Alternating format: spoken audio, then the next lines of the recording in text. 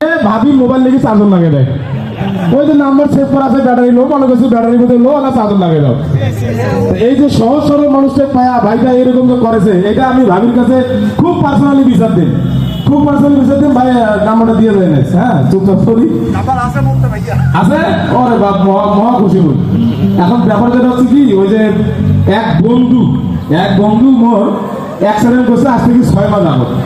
Accident করছে তো আমার বাড়ি গেল, যা কথা আরে তুই যে অ্যাক্সিডেন্ট করছিস এখন তো মোটামুটি সুস্থ, তা হাট কেন আস্তা দিয়ে না বাজার যাচ্ছে আটা খেয়ে আসি।